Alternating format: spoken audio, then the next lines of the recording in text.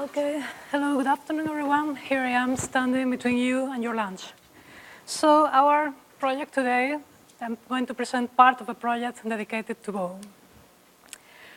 Our vision is a world without prosthetic failure. Of course, there is a mission ahead, which would be a world without the need of prosthetic implants, but right now we are still in this step. So we are designing and implementing innovative solutions to prevent prosthetic failure, which means to improve the osseointegration of these implants. As you know, the world is getting old, at least in the Western world. This is the pyramid of the expected age in the EU. So that means that we are all going to have a lot of bone problems because, as you know, bone works very well and self-heal when you are young. But if you are young but not very healthy, or you are old, then it doesn't heal anymore, and we cannot live without the bones. So it means a lot of cost to the health public systems. And when it comes to the face and head, the problem is still more complicated because prosthetic implants can be manufactured in serials when it is about hips or about knees. But for faces and heads, you need very, very, very personalized therapies. So the current solution is, in the case of limbs, you can have a prosthesis which, with time, gets, normally it gets loose. Let's see if I can manage how to, okay. As you see here, the stem of the prosthesis is loose, it is not attached to the bone anymore, and that's a problem because the prosthesis gets unstable. And in the case of the head and neck, the problem is still more complicated because you normally get fixtures. You work with plates that have to be fixed in operation theater, and normally the outcome, both aesthetically and functionally, is not very good.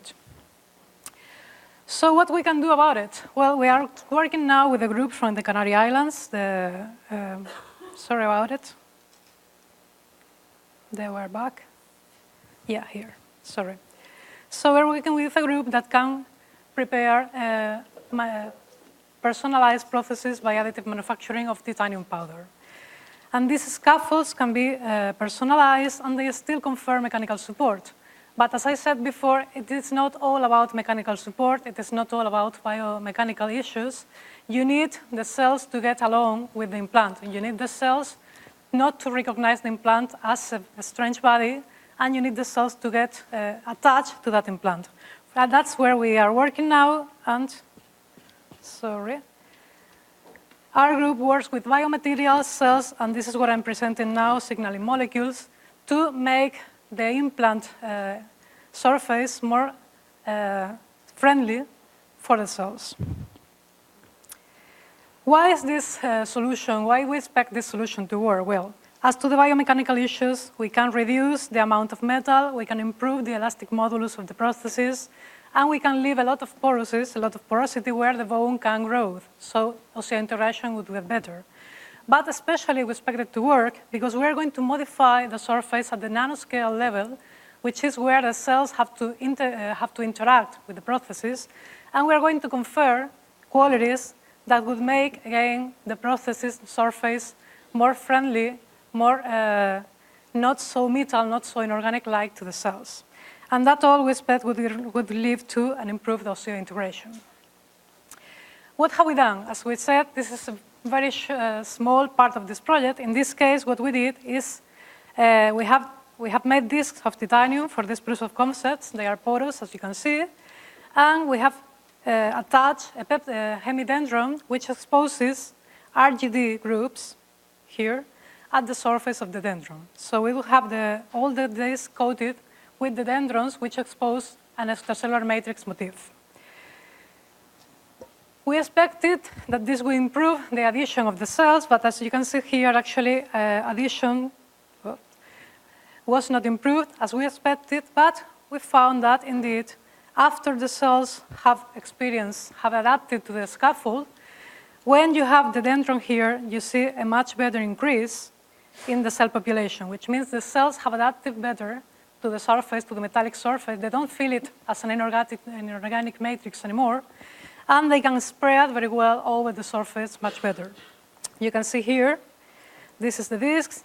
This is the cells stained with a fluorescent vital staining, that the cells are covering all the surface of the discs.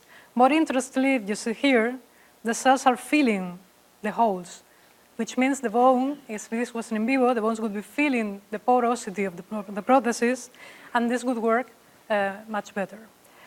So what is the step where we can go again, where we can go after? We have developed an in vivo model to test the metallic implants, and we have made a personalized prosthesis that can adapt to a defect that we can make. I can't get along with this thing here. And we are going to test our coated titanium in this maxillary defect. If anyone has designed some kind of treatment that can be applied to this model to improve, for example, prevent infections or improve biointegration, that would be very welcome.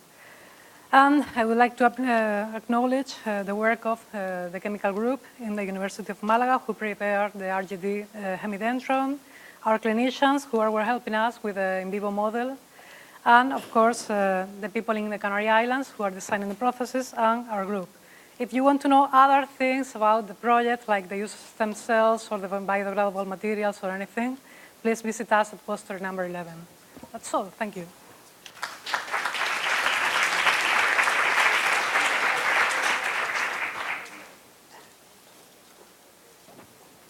So we have a couple of minutes for any questions.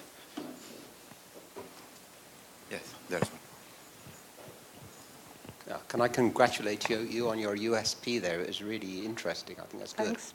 One thing you might bear in mind, a little point, is the stability of the maleimide linker with time.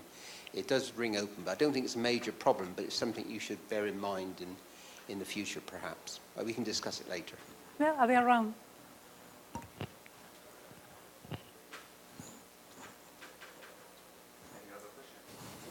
Yes.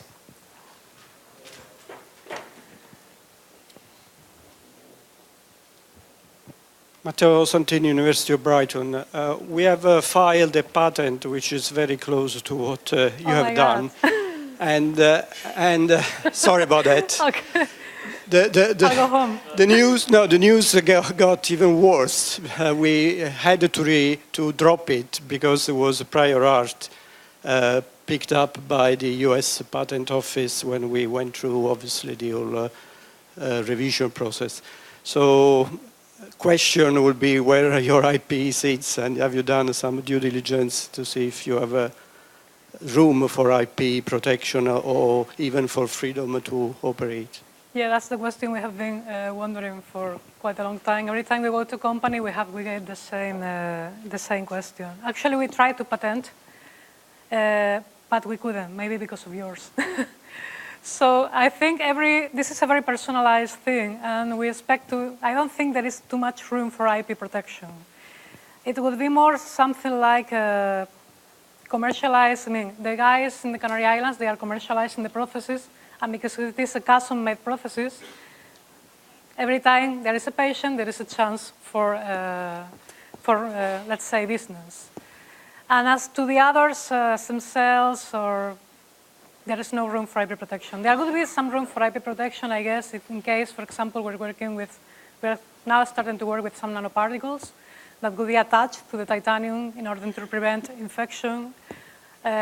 Maybe in that case, there would be some space for IP. But in this particular case, the business depends on the hospitals. It would be something like a transplant.